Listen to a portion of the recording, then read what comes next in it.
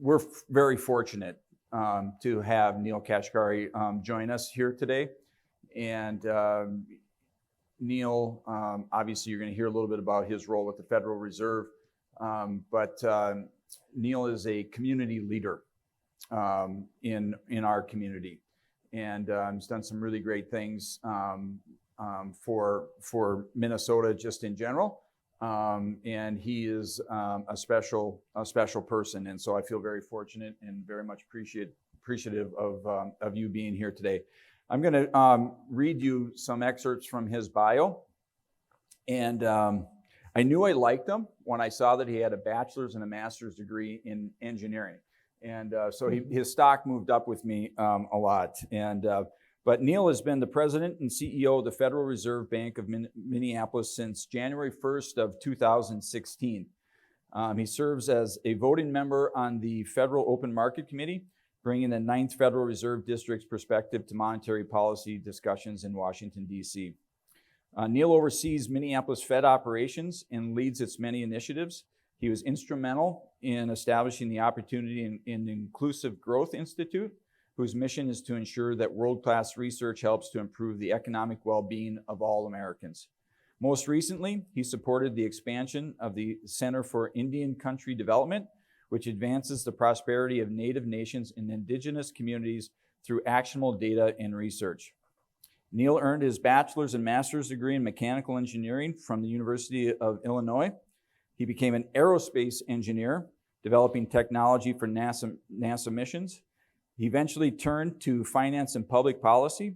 He earned his MBA from Wharton School, joined Goldman Sachs, and served in several senior positions at the U.S. Department of the Treasury, including overseeing the Troubled Assets Relief Program, or TARP, during the financial crisis. Before joining the Minneapolis Fed, he spent 4 years at PIMCO, and then in 2014 ran for governor of California on a platform focused on economic opportunity. He lives with his wife, Christine, and 2 children, and he's got a newfie, Webster. They live in Orono. So again, Neel, thanks for taking time to be with us today. Thank you, Russ. Really appreciate it. It's great to be with all of you. Let me start by just sharing a little bit about what the Minneapolis Fed is and what the Federal Reserve is and why I'm here. And I jumped at the chance to get to come and spend this morning with you. First of all, let me just say something that this session is being live streamed because of my public policy role.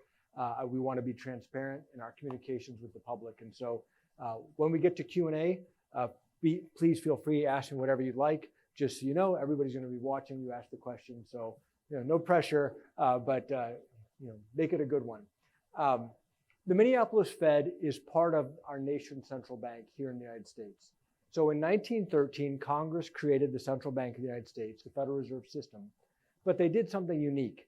They didn't want the central bank simply housed in the nation's capital in Washington, D.C. They wanted it spread out around the country so that all the different regions of America had a voice in the policy process. So they created the Board of Governors in Washington, D.C., and they created 12 independent Federal Reserve banks spread out around the country. The 9th of which is here, the Minneapolis Fed. And our job is to represent this region in the nation's economic and monetary policy process. And by this region, it's not simply Minnesota. It's Minnesota, North and South Dakota, Montana, the Upper Peninsula of Michigan, and northwestern Wisconsin. So a big part of my job and a big part of my colleagues' jobs are to travel around our region and to get to know what's happening here in our regional economy. And then I go back to Washington, D.C. roughly every 6 weeks for what are called FOMC meetings, Federal Open Market Committee, where we set interest rates for the nation.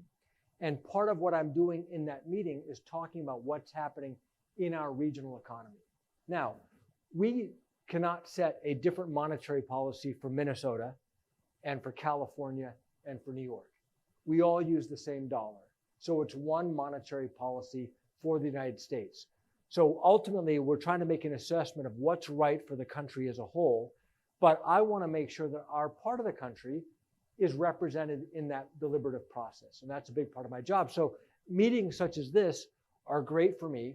When I get invited from a major employer in our region, I make every opportunity to come because I want to hear from not just their leaders, but also there are people across the organization about what's happening in your corner of the economy. Is the economy strong? Is it slowing? Are you able to find workers to fill the jobs that you have open? Are wages going up?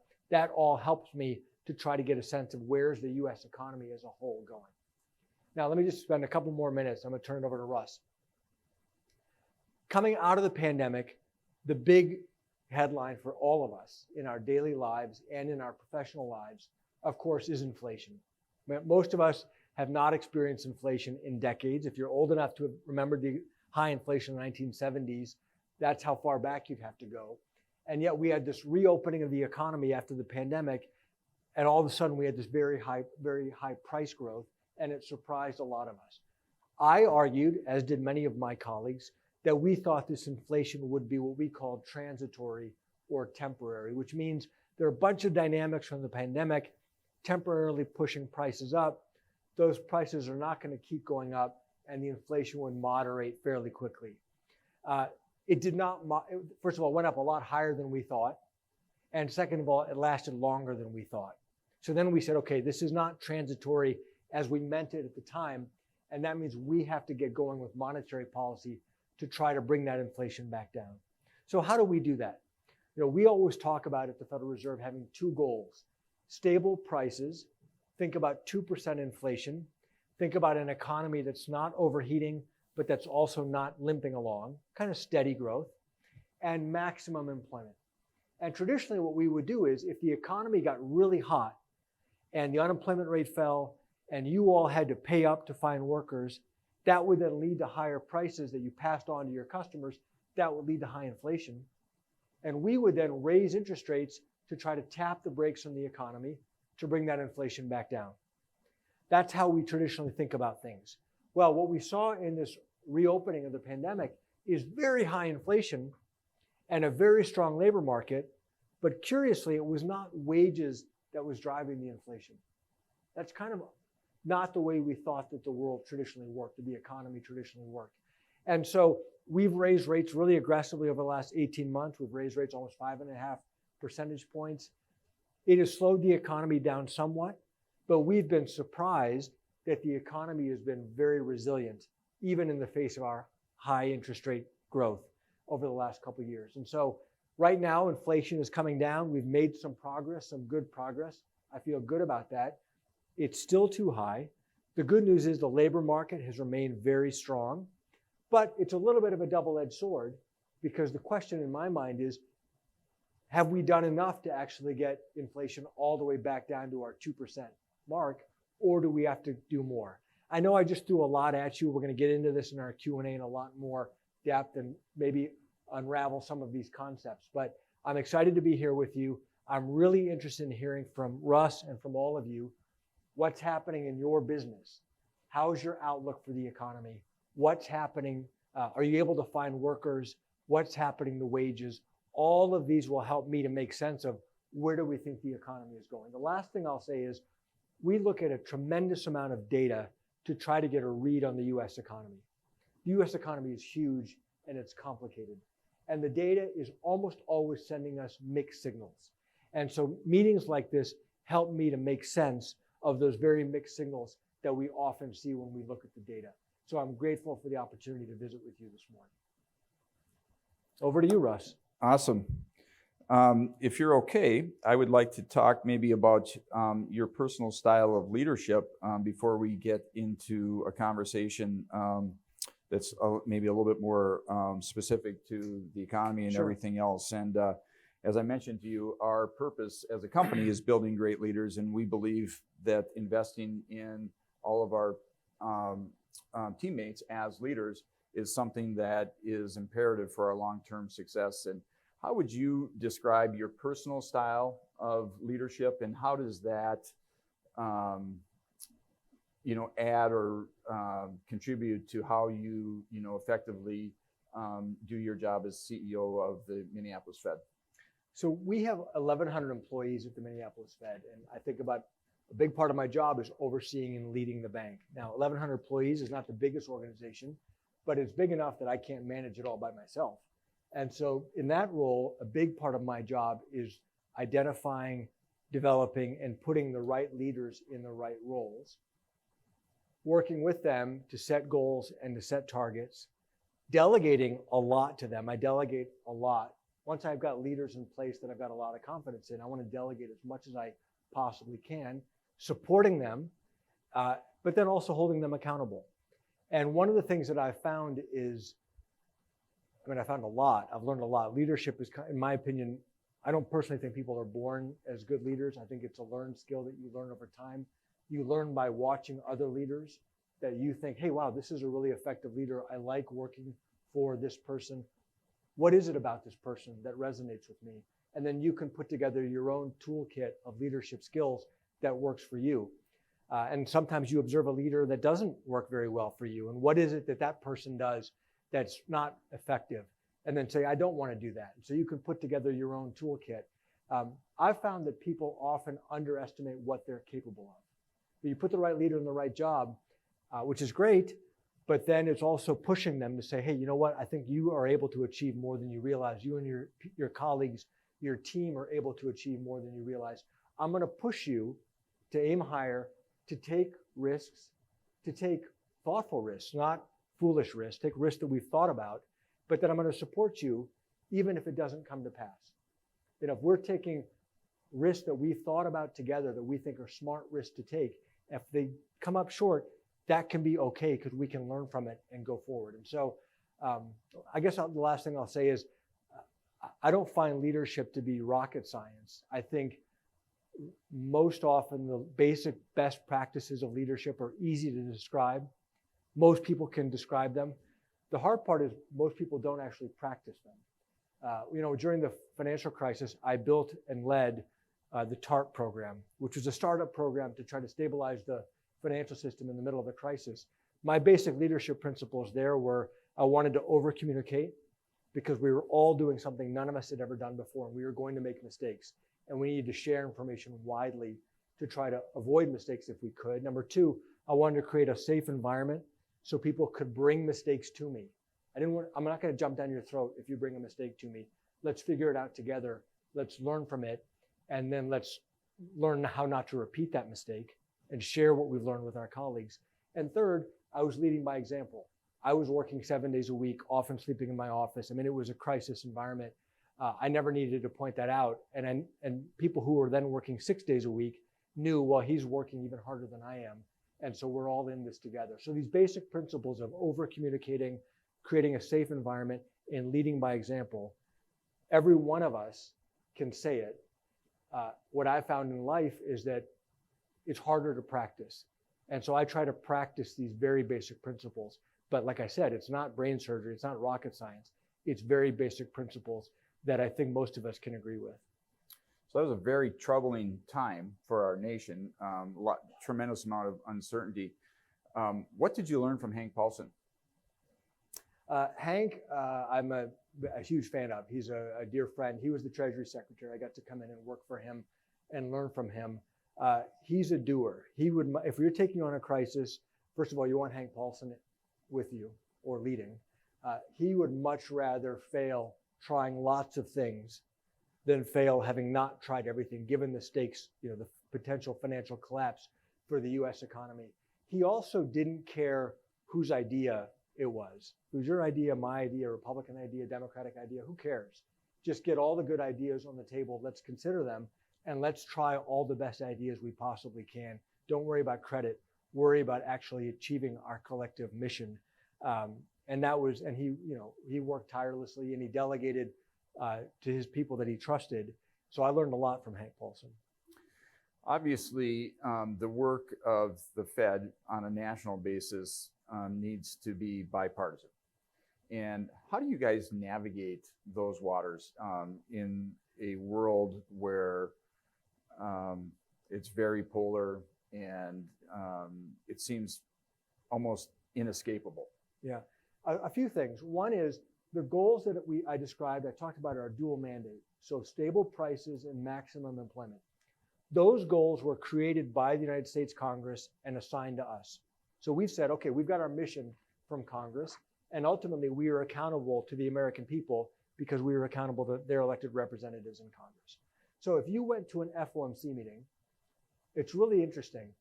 The deliberation that goes on in those meetings, first of all, it's all on a transcript. So 5 years later, they're released. So, academics and the press can study them.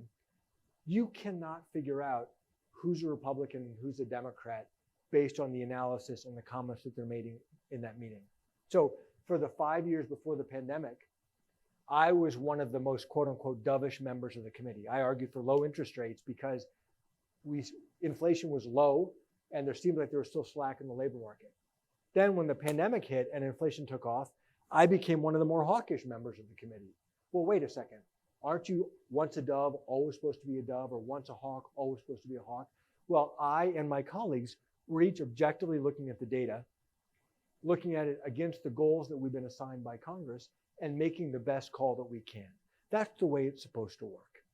That's number one. Number two, we all work hard to reach out to our elected representatives on both sides of the aisle, to meet with them and share with them, here's what we're doing, here's what we're looking at, what are you hearing from your constituents? So I routinely, after an FOMC meeting, will take an extra day, go to Capitol Hill, and go meet with our elected federal representatives. Republican and Democrat, doesn't matter. I try to visit with everybody at least once a year just to make sure that we have an open line of communication and they know what we're seeing. And if they got questions, they can always call me.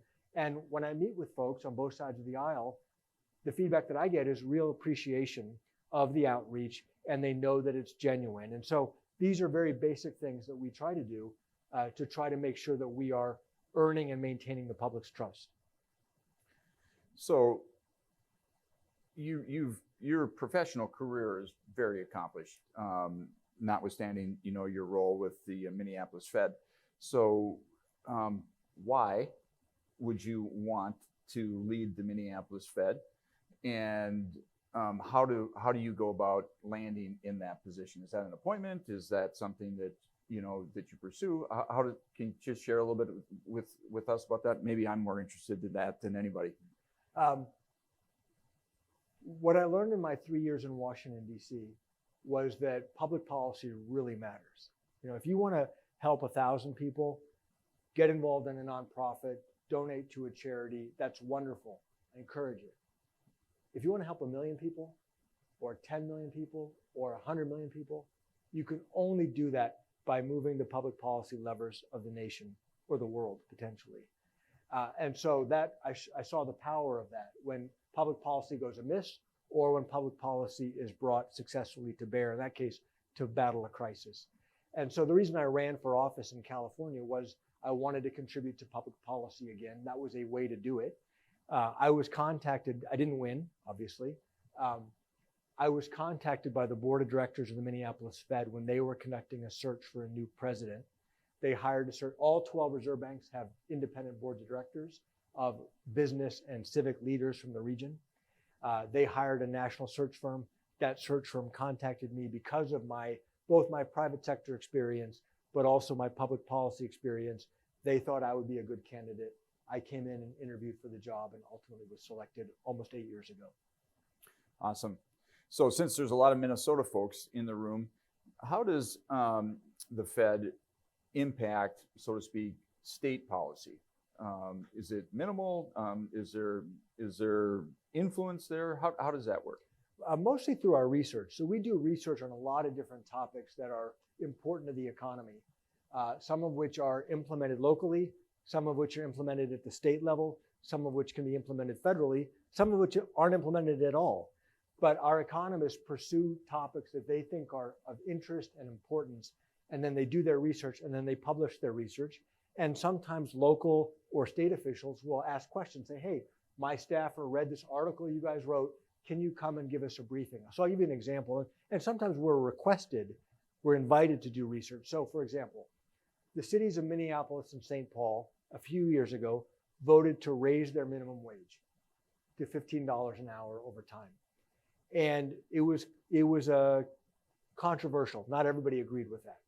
Well, they asked the Minneapolis Fed to conduct a long-term economic impact analysis of what does this lead to? Like on one hand, you say, well, it should be good because wages are going to go up for workers. But other research has said, well, that may be true, but if jobs are lost, maybe workers are no better off. So it's actually an open research question. So we agreed to do this study, and we're doing an 8-year study. We're not taking a position on whether raising the minimum wage is good or bad. We're simply saying we're going to analyze what are the effects using the best research methods that we can. And then I went to the governor and the state legislators, and I said, if you really want us to do this research to the best of our ability, we need access to confidential state data on workers, on businesses, on wages.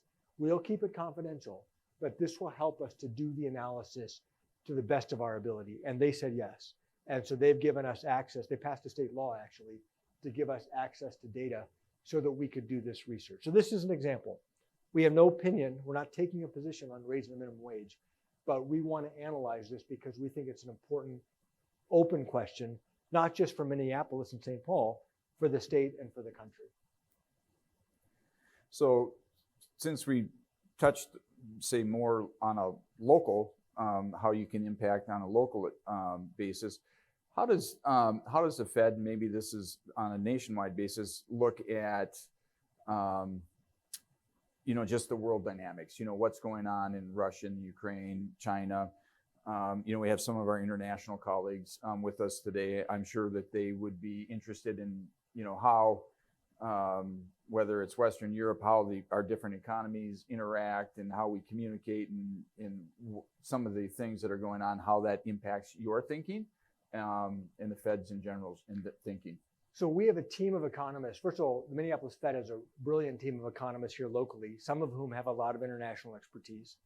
And there's a team of international economists, among others, in Washington, D.C., completely focused on what's happening around the world. The reason we care so much is because what happens around the world affects us. We're not on an island by ourselves. If China is going into recession, that's going to have an effect on companies in America that supply and sell into China. Or that could have an effect on our ability to source materials from China. We saw in the COVID pandemic, I'm sure this affected you all, supply chain disruptions. Those were not just domestic. Those were global supply chain disruptions that had profound impact on the US economy. Same thing when Russia invaded Ukraine. Not only was it a human tragedy, it was quite an economic shock, upending commodity markets and energy markets that affected economies all the way around the world. So we pay a lot of attention to that because it's an input into what's happening in the US economy. So we have very sophisticated computer models that try to forecast where the US economy is going. They have inputs from around the world. If China is growing faster, that means that'll change the trajectory for America. If Europe's in recession, that'll change the trajectory for America. So we care a lot about what happens around the world. How much reshoring are we really seeing in the U.S. based on a lot of the issues associated with supply chain that we saw during the pandemic, but also because of some of the strife that we're seeing. People talk a lot about it. What do you see from your perspective? Is there a tremendous amount of reshoring coming back? Is there manufacturing? Is that a good place for companies like ours to the right end markets for us to participate in? What do you guys see? I see some reshoring going on. My guess is most of it is being driven in the sectors that are subsidized by the government to say, hey, this is a critical sector, say semiconductors. We don't want all of this exposed to China, and we're going to give you money if you build a factory here in America. More than that, I see friendshoring, as they call it, which is, a lot of companies woke up during the pandemic and said, oh my gosh, we didn't realize just how concentrated we are in this one country or this one series of countries, and we need to diversify that supply just for business resilience sake. So I would anticipate a lot more, friendshoring businesses can do basically without subsidies. They'll just do it because it's in their own business interest to do so. I think that my guess is that's going to be where the bulk of the action is, rather than everything coming from, let's say, China all the way back to America. I can imagine it going China to the Philippines, to India, to Vietnam, to Japan, to other friendly nations that we have good relationships with around the world. How do you? I'm just curious. Is that consistent with what you deal in markets around the world? What do you think? Yeah, I think so. I mean, it's interesting. The like the opportunities from a semiconductor perspective for our businesses are really robust in the U.S. right now. And I don't know how much of that, to be honest with you, is a direct result of some of the challenges that we've seen over the course of the last couple of years, or if it was just inevitable and kind of part of the plan in the first place. I've talked to some of our customers about that. It's actually even like the CHIP Act. When I think about the CHIP Act, based on what was going on in our business, like our customers in that space were already spending. I see. And it almost feels like it was unnecessary, Interesting. the additional 30 billion that they would have spent the money anyways. But that's from my perch, and that's not necessarily data driven. It's just based on what we were seeing from a revenue opportunity, inside our business. So I'm interested because manufacturing just in general seems to be strong. Pharmaceutical, food and beverage seems to be very strong. Got it. So being I grew up on the Iron Range. I don't admit that to many, but one of the products that we buy a lot of is steel pipe. And so we track, like hot rolled coil, from a commodity price perspective, and it's, how it's going to impact our business. It's obviously come down significantly over the last period of time. But how do you view like the administration's policies around tariffs on, imported steel and things like that? Do you guys take a position on that? Do you guys influence that, or is that just really driven directly by the White House? No, that's definitely the domain of the White House, the executive branch and the legislative branch. Congress and the White House decide those things. We take them as an input. So if somebody changes tariffs on a certain good and it's a big sector, then that's going to affect our analysis of where is that sector of the economy. And that might then bleed through to other sectors. So take steel. If you raise tariffs on steel, that's going to increase costs for the industries that use steel as an input here in America. So for us, we don't take a position on it, but we analyze it because it can affect the trajectory of the economy.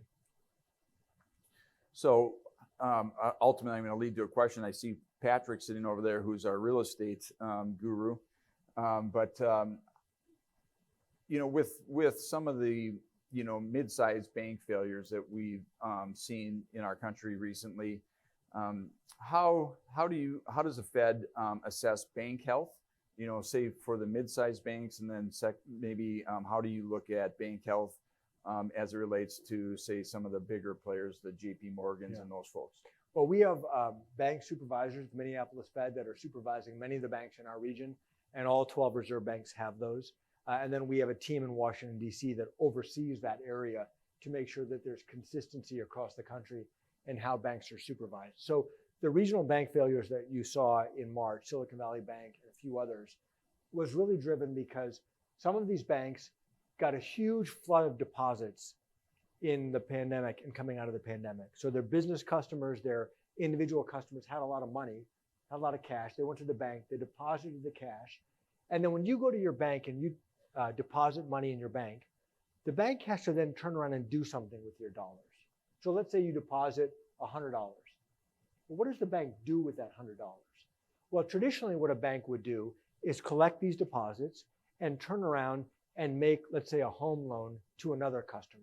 So they collected deposits from a lot of people. A borrower comes in, they make a home loan to that borrower. And hopefully they're scrutinizing that borrower to make good home loans so that your money is safe. Well, some of these banks saw a flood of deposits come in because of the pandemic and coming out of the pandemic, and they weren't able to turn around and make good loans with it fast enough. So what did they do with the money? Well, they said, okay, well, I'm going to buy treasury bonds because treasury bonds seem like a safe place to put money.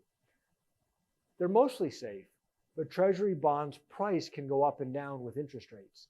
So they had a lot of treasury bonds. Then interest rates went up quickly. The value of those treasury bonds fell. And now all of a sudden they owed money to their depositors that in some cases exceeded the value of the bonds. So they had losses that they were facing. So this is a very simple explanation, but this happened. Depositors got spooked in the case of Silicon Valley Bank and said, hey, I want my money back. I'm afraid you may not be able to pay all of us back.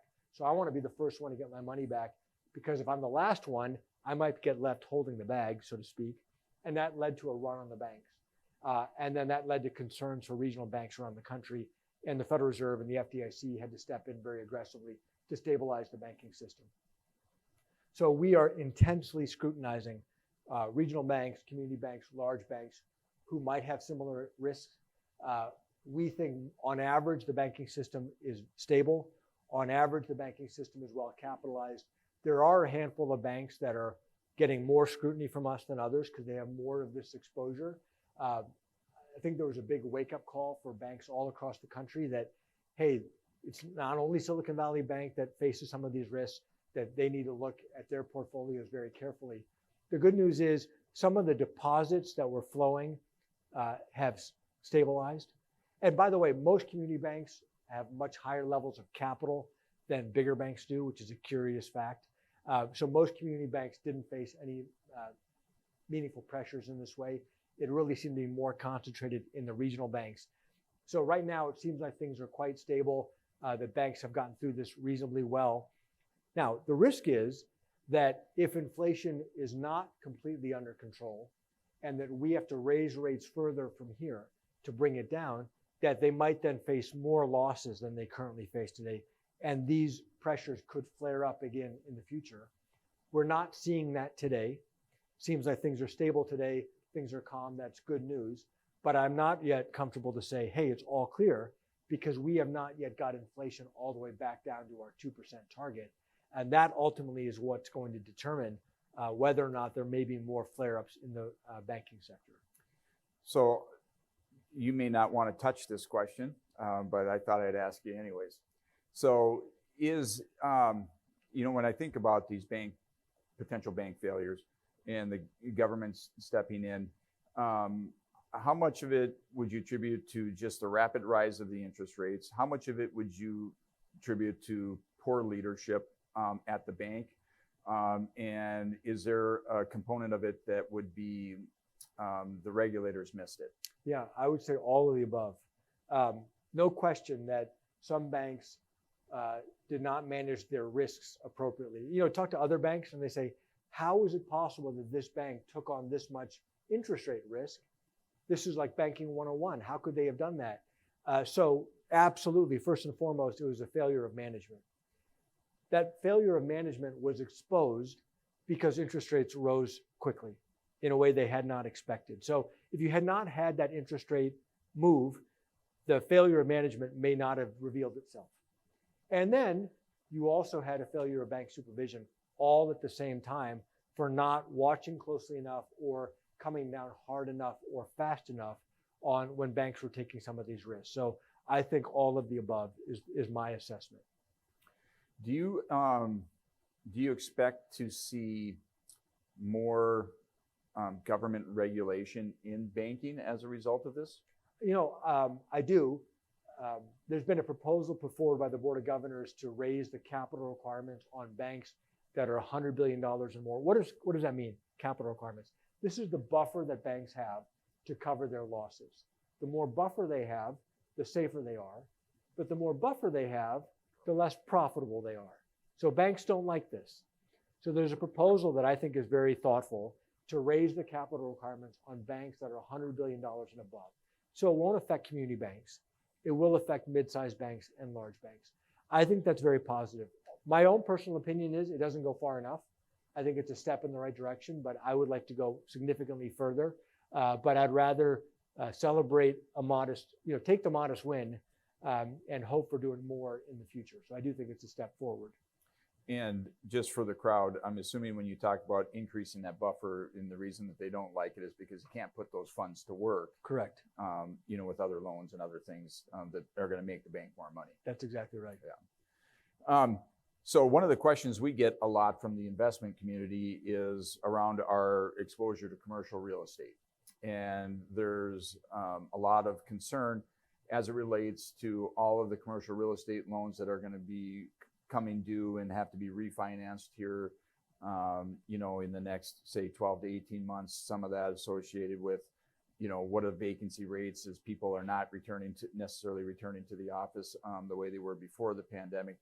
What do you see, and what do you see actually as it relates to the commercial real estate market, and then how is that potentially going to affect some of these regional banks? Yeah. We look at commercial real estate quite a bit because a lot of regional banks are heavily exposed to commercial real estate. The biggest weakness in commercial real estate is the one that we're all well aware of, which is the office sector. So commercial real estate is a big sector. It includes office among many other things, shopping malls, other retail, it can be industrial uses as well, warehouses. The office sector is under challenge because of the pandemic, because of remote work, because people are working, let's say they're coming back to the office 3 days a week instead of 5 days a week, et cetera. So those risks are well understood. We don't think that by itself is big enough to impact the US economy as a whole. There will be some lenders that have a lot of exposure to office, but generally most lenders, I would say, are not highly exposed to office. In some cases, it could be insurance companies that are also exposed to office. So we're also paying attention to insurance companies. Many of the other parts of commercial real estate are holding up very well. I mean, we're right around the corner from Ridgedale Mall, which is my local mall. Every time I go to Ridgedale Mall with my little kids, it's busy. Malls, not all malls are doing well, but a lot of malls are doing well. The malls that were written off as dead, in many cases, they found new tenants to come in and have found new ways of energizing themselves. So I would say on average, commercial real estate's doing okay. Office sector is under pressure because of the COVID recovery, the new work posture, in addition to dynamics that are going on in some downtown cities where people don't want to go downtown anymore. So I think that seems to be a smaller share. Overall, commercial real estate seems to be holding up pretty well. And by the way, the multifamily housing market, where there's a lot of construction going on, that continues to grow. And if you drive around the Twin Cities, you see these apartment buildings going up all over the place. So there's a lot of conversation, really in the country about housing or lack thereof. And I happen to sit on the Marvin board for Marvin Windows, and based on projections and slowing environment potentially coming in the housing, new homes being built and everything else. What is the Fed seeing from a rate impact on the housing market, and how is that really affecting our region? This is one of the biggest surprises in the last 18 months. The sector of the economy that should be most sensitive to our interest rate increases is the housing market, because it directly affects mortgage rates. So mortgage rates, before we started raising rates, were around 3%, 30-year mortgage, and now it's around 7%.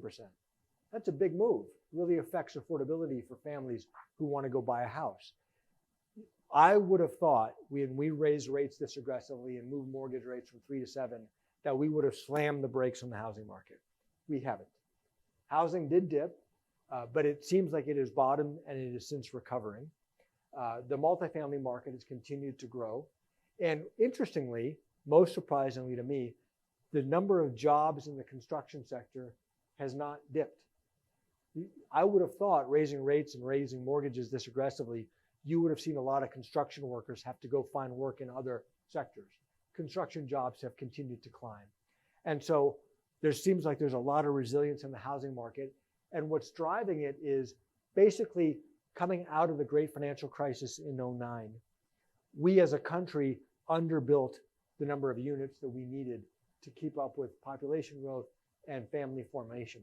And so there's this structural deficit that we're trying to catch up. And I think that's what's kept such resilience in the housing market. So good news overall for the economy. Makes me a little bit nervous that, hey, we're counting on home price inflation to come down, to bring our inflation back down to 2%. If there's this much pent-up demand, maybe we aren't all the way there yet.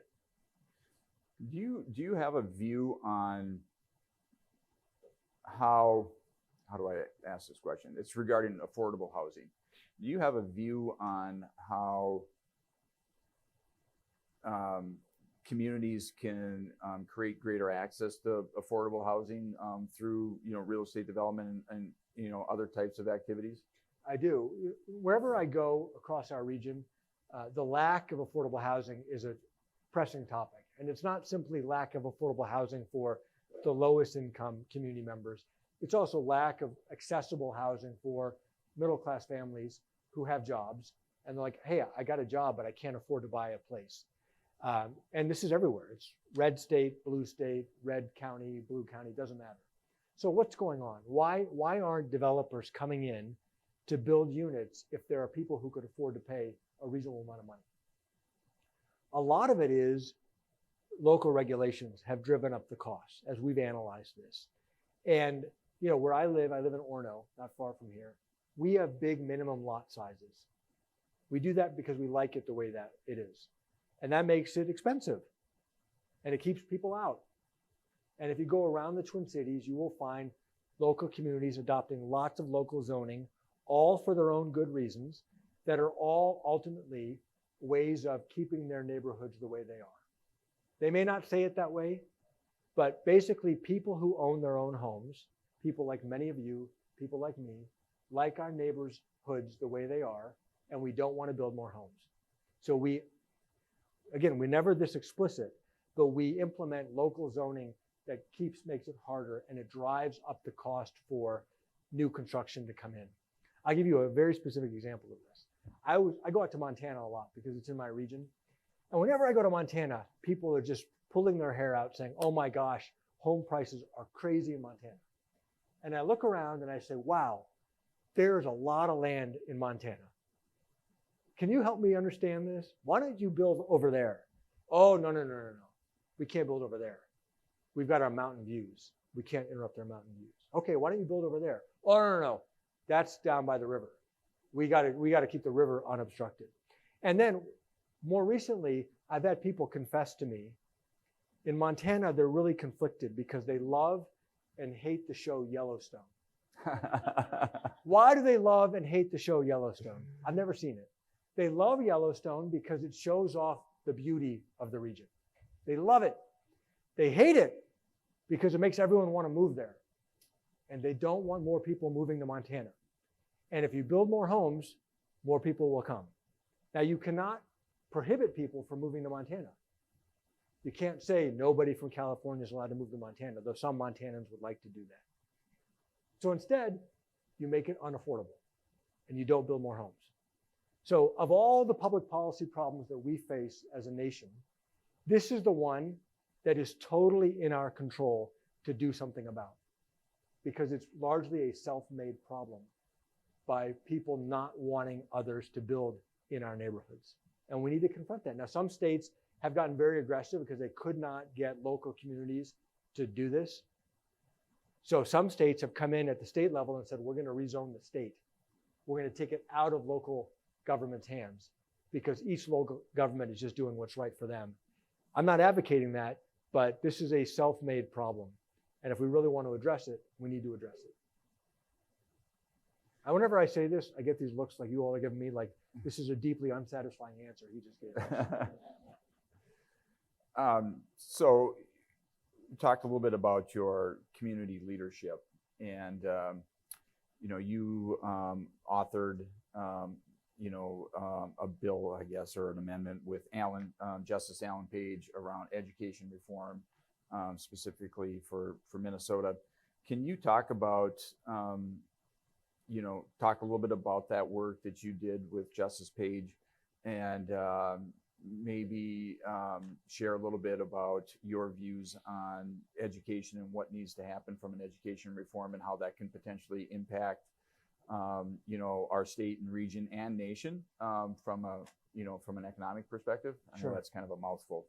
It's okay. So for a few decades, actually, the Minneapolis Fed has done really important research on education. And why do we care about education? We're not the education department.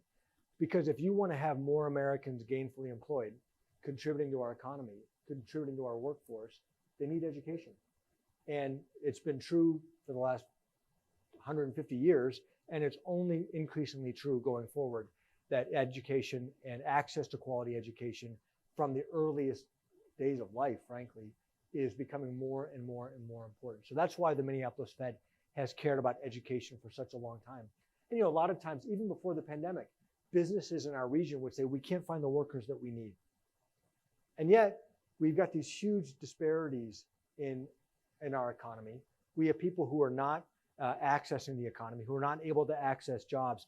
I'll give you an example. You mentioned early on, the Minneapolis Fed does a lot of work on Indian country. We have a lot of tribes in our region. And the unemployment rate on reservations is often many multiples the unemployment rate off reservation. So I'd go to a meeting of tribal leaders, and they would tell me, our people need jobs. So many of our people are unemployed. The next meeting I would go to would be business leaders who say, we can't find workers. I'm saying, okay, there's a disconnect happening here. Why can't we close that gap?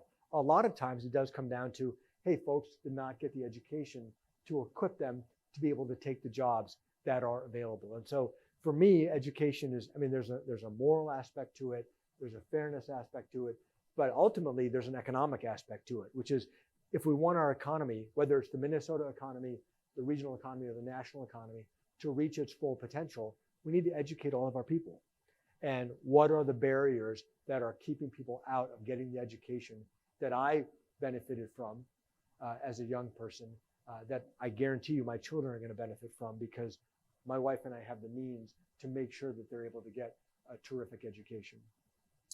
So what would be the one or two things that the Minneapolis Fed does that nobody would ever even think that you do? Like, most people probably didn't realize that, that you did this long-term study on education and the impact. But like, what would be the one or two things that, that your organization does that none of us would even think that you would do? Well, a few of you may know this, but most people find it interesting.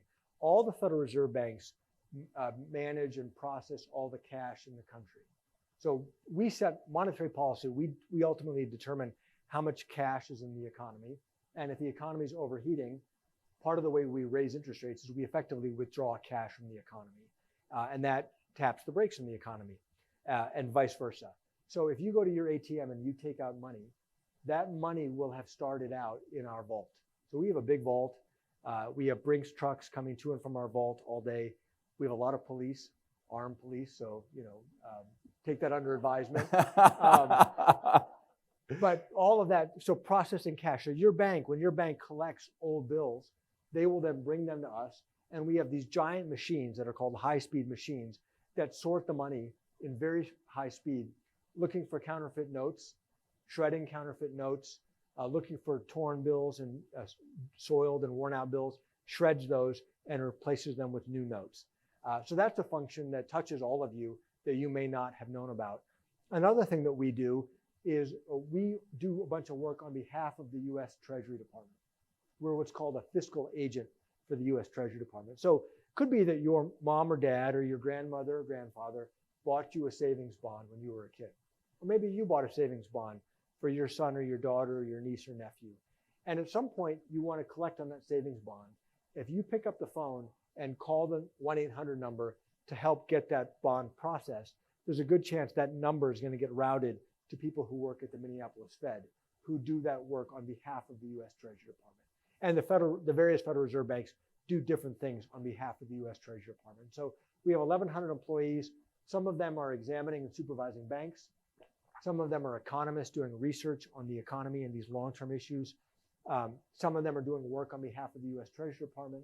Some of them are managing the cash and making sure that there's cash in your ATM. I'll give you a quick story. When the pandemic hit in March of 2020, there was a huge demand for cash. People were scared. And they said, I just want to have cold, hard cash. So I had one banker in the region who told me one of her wealthy customers came in and said, I want to withdraw $600,000 in cash to put it under my mattress. You can't, if you're the bank, you don't get to say no. It's that person's money. And so they said, okay, well, we need to call the Fed. And we don't have that much money on hand. We need to call the Fed. So my colleagues' jobs was to make sure that in that time of fear, that there was enough cash in the system. So you remember during the pandemic, there was a coin shortage.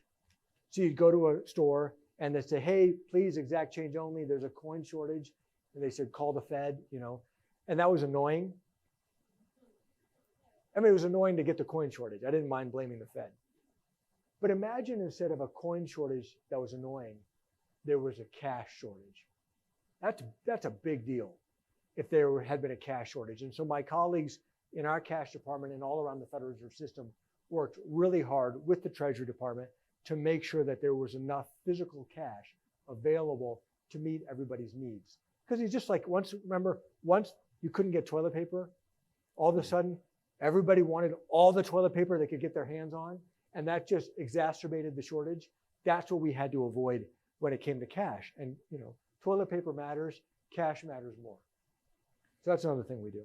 Well, I would have brought you my Tupperware thing that I have full of coins because, just giving them to you because none of the banks will take them anymore. So you can't get rid of the damn things. And anyways, artificial intelligence. Everybody's talking about it. How does that, what do you see as the pros? What do you see as the cons? How do you see that impacting our economy? Do you have an outlook? I mean, I'm strongly in favor of innovation. Our economy wins over the long term by innovation. We out-innovate every other major economy in the world, and it's not even close. So I'm excited about it. So far, I'm skeptical. I've tried ChatGPT, and it's made up nonsensical answers. I mean, the text was beautiful, verb, noun, adjective, all in the right order, but it was making up answers. So how revolutionary is that? I take everything I hear from Silicon Valley with about 100 pounds of salt. 5 years ago, the best experts in Silicon Valley told us that self-driving cars were right around the corner, and all the long-haul truck drivers are going to need to go back to school to become nurses because nobody was going to need long-haul truck drivers. That's totally wrong. 5 years later, we've made almost no progress in fully automated self-driving cars. I'm not saying we're never going to get there. I believe we will get there, but these things tend to take a lot longer than the enthusiasts in Silicon Valley tell us. So I'm excited about it. I don't think it's going to lead to rapid elimination of jobs. My best guess is individual jobs will figure out that, hey, this can help me do things faster. That's great. Like I've heard anecdotes that some software developers, they can go and the AI can give them a first draft of their code. Super. Get a first draft of the code and then work with that. And maybe you'll become a much more productive software developer. I hope so. So I'm excited about it, but I think it's going to take a while. So one more question, going right back to inflation, and then maybe we'll see if there's in our last few minutes if anybody in the audience has any questions for you. Like what does the Fed need to see? What indicators do you need to see specifically to stop raising rates? And then adding on to part B of that question would be, what do you expect and when do you expect to see rates start to decline? So we have a 2% inflation target. And the most recent data is that there are a bunch of different measures of inflation. The one that we focus on the most is called the PCE, Personal Consumption Expenditures. And the headline is around 3%, but the headline moves around a lot because of energy prices, oil and gas. The core is around 4.1% is the most recent data that came out. We need to get that back down to 2%. Now, the good news is the last couple of inflation readings have been positive. They're suggesting to us that inflation is in fact coming down towards our 2% target. I want to see convincing evidence that inflation is well on its way back down to 2%, and then we can allow it some time to run. We don't need to get there tomorrow. We can allow it to gradually get there over time. What we have to avoid is what happened in the 1970s, is that inflation took off, they raised rates, they thought they had beat it, it started to come down, and then it flared back up again even higher. And then they had to chase it higher, and they went through that a few times, and then ultimately led to a very, very deep recession to get inflation back down to its target. So we want to avoid that really bad outcome. So we're seeing some positive signs. Are we done raising rates? I'm not ready to say that we're done, but I'm seeing positive signs that say, hey, we may be on our way. We can take a little bit more time to get some more data in before we decide whether we need to do more. In terms of cutting rates, I think we're a long way away from cutting rates because core inflation is still around 4%. It's still around twice of what our target is, and we need to be confident that it's all the way going back down to 2%. There is going to be a dynamic soon, next year, sometime when, when inflation, let me back up. We think it is not what is called nominal rates that directly affect the economy, but real rates. Interest rates net of inflation. So if inflation falls and the nominal rate stays the same, the real rate goes up. So if we leave our nominal rate where it is and inflation falls, that in a sense means we're still tightening policy because real rates are still climbing. There will come a point in time, we're not there yet, there will come a point in time where one could reasonably argue, hey, maybe we ought to back off the nominal rate just to keep monetary policy at a stable point, not keep tightening. Could that happen sometime next year? It's certainly possible, or the year after that. But we need to see how the data comes in. How do you, I guess I got another question. What's your view on, where the country is at as it relates to being in a recession? Depending, you get all sorts of different data points, right? Depending upon who you talk to. Do you believe that we're going to see a recession, in the back half of this year, early next year? How do you see where the economy is for the country? The economy right now, by almost all the data, suggests that it's still quite strong. The unemployment rate's around 3.5%, which is near a 50-year low. Wages are still growing. They're slower than it was a year ago. So the labor market is not as absolutely red hot as it was a year ago, but it's still quite tight. It's still not like there's a bunch of labor available. Companies are still having to work to keep their workers and to find new workers. And the economy keeps exceeding expectations in terms of GDP growth, in terms of consumption. I don't know how many of you got on an airplane to come here. My guess is it was probably full. Every time I get on an airplane, it's full. Restaurants continue to be packed. Taylor Swift is having no challenges selling out her concerts. So by these measures, it seems like the fundamentals of the economy are still very strong.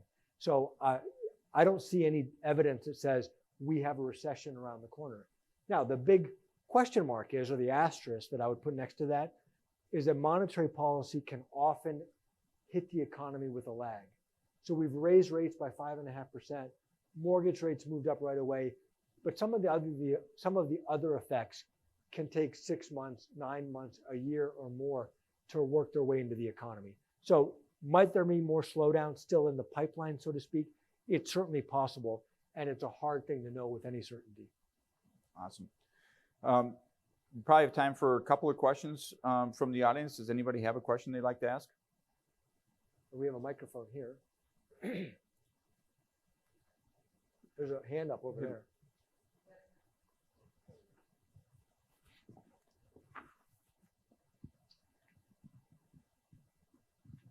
Hi, thank you for taking my question. There's been reports coming out about deflation in China. I wanted to see, do you have any concerns about that, and what impacts do you foresee for the global economy and the U.S. economy? Thank you. Yeah, we're watching China carefully. I've seen the same reports. It seems like China's economy has slowed down quite a bit. And China's a big economy. So if one of the major economies in the world slows down a lot, that will have an effect on global economic growth. I'm not seeing evidence yet of any kind of financial crisis that's going to spill over to the United States. I don't want to prejudge these things. I would say in the last, since I've been at the Fed almost 8 years now, there have been a few different instances where China's economy seemed to slow down a lot. The real estate sector seemed to be under a lot of pressure, and they managed to navigate through it surprisingly well. So, we'll see. It's something we're watching carefully, but as yet, it seems like it's macroeconomically significant, but as yet, it does not seem like it's big enough to bring down the global economy or the U.S. economy by itself. Hi, this is related to workforce development, and I've had the opportunity to participate with you previously in northern Minnesota on a forum related to this topic, and your involvement was very helpful. But you're all over the country dealing with all these forums and discussions with communities and companies on workforce development, so you see some of the most impactful initiatives that are out there. So it would be great just to hear your thoughts on workforce development from the point of view of what companies should be doing now, and even from the point of view that you've seen what's working the best out there, And we'd love your advice on that. Well, I'd say a couple of things. One is outside of your control, other than the extent that you could participate in the political process. We need more workers in America. And if you look at all advanced economies are aging. And so if you look at forecasts of our budget deficits over time, our entitlement programs, Social Security and Medicare, are going to go into the red because they're basically funded by current workers paying for current retirees. And as that ratio goes down, then those programs become more fiscally challenged and lead to big budget deficits. So for a bunch of reasons, both for the fiscal outlook for America, but also to meet the needs of companies, large and small, and farmers, we need more workers. And the only way you can really address that is through immigration. So by the way, I say this to Republicans and Democrats, every elected leader I talk to understands this. The challenges in the politics, the math is actually very clear, in my experience, to leaders on both sides of the aisle. So that's a macro point that I would make. In terms of workforce development, I think investing in leadership development, we hear about it a lot of our own workforce. They want to feel like they're being invested in. We do hire from outside the Minneapolis Fed. We also lose people to other great opportunities outside of the Minneapolis Fed. We're sad to lose them, but we're also excited that they have the skills to be able to contribute to other businesses and are viewed as very capable contributors. So I think, businesses that invest in their people, that treat their people well, that challenge their people, can grow their people, I think in the end, you're going to be more successful in this competition for limited talent. So the immigration point and the education point is about increasing the talent pool available. And then it's what do you do as an individual business to go effectively compete for the talent that's available. Seems like from a workforce development perspective, it's so fragmented that from a business perspective, it's hard to get behind, any single initiative. You have the United Way coming to you and, would you give us $10,000? And you have this next, philanthropic organization coming. Can you give me $10,000? If we could figure out a way to bring these organizations together, that we could have a bigger impact on workforce development, not excluding, I agree with your comment about immigration. That's just one of the most important things for our country to solve. But one follow-up to what you just said, I have seen examples where local businesses, mid-size, large, partner with local colleges, community colleges, to design programs to meet a very specific need that they have. And by the way, it's not simply that the college needs to do a better job training people. It's also businesses saying, hey, you know what? I don't actually need a 4-year degree for this job. Maybe I only need a 2-year degree. Or in some cases, businesses have said, you know what? For this class of jobs, I actually don't need to do the drug test, or I don't need to do the criminal background check. It turns out a tight labor market led businesses to reflect on a bunch of their prior assumptions that didn't always hold true. Of course, if you have a truck driver, you want to make sure the truck driver has a clean driving record, has been drug-free, et cetera. But for certain categories of jobs, businesses have been able to relax these standards in partnership with investing in local sources of talent, and that's been quite effective. So, and I know we're going to open this up, and I want to be respectful to your time. So, regarding cannabis, and how do you see cannabis and legalization of marijuana affecting business? We went in and recently changed our drug testing policy, removed THC from the panel, and actually have gotten some.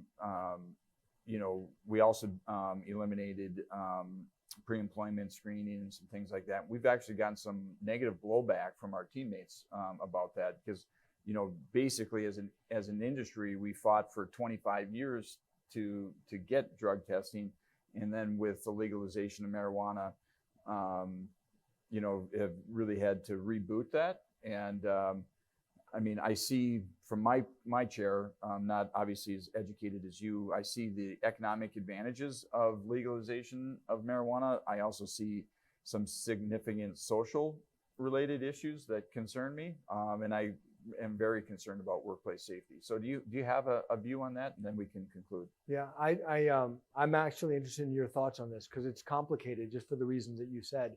And I think we're all going to have to learn as we go and look to other states. Minnesota's just now legalized it. Look to other states that have done it a few years ago. what has been their experience, how have businesses dealt with it, what challenges has it introduced that they hadn't expected. So I don't have any clear answers for this. I think it's a complicated topic. And like the pandemic, we're gonna have to learn from each other. One thing I will say is cannabis is still illegal federally. So from the Minneapolis Fed's perspective, when we supervise banks, banks are not allowed to bank cannabis because they would be banking federally illegal activity.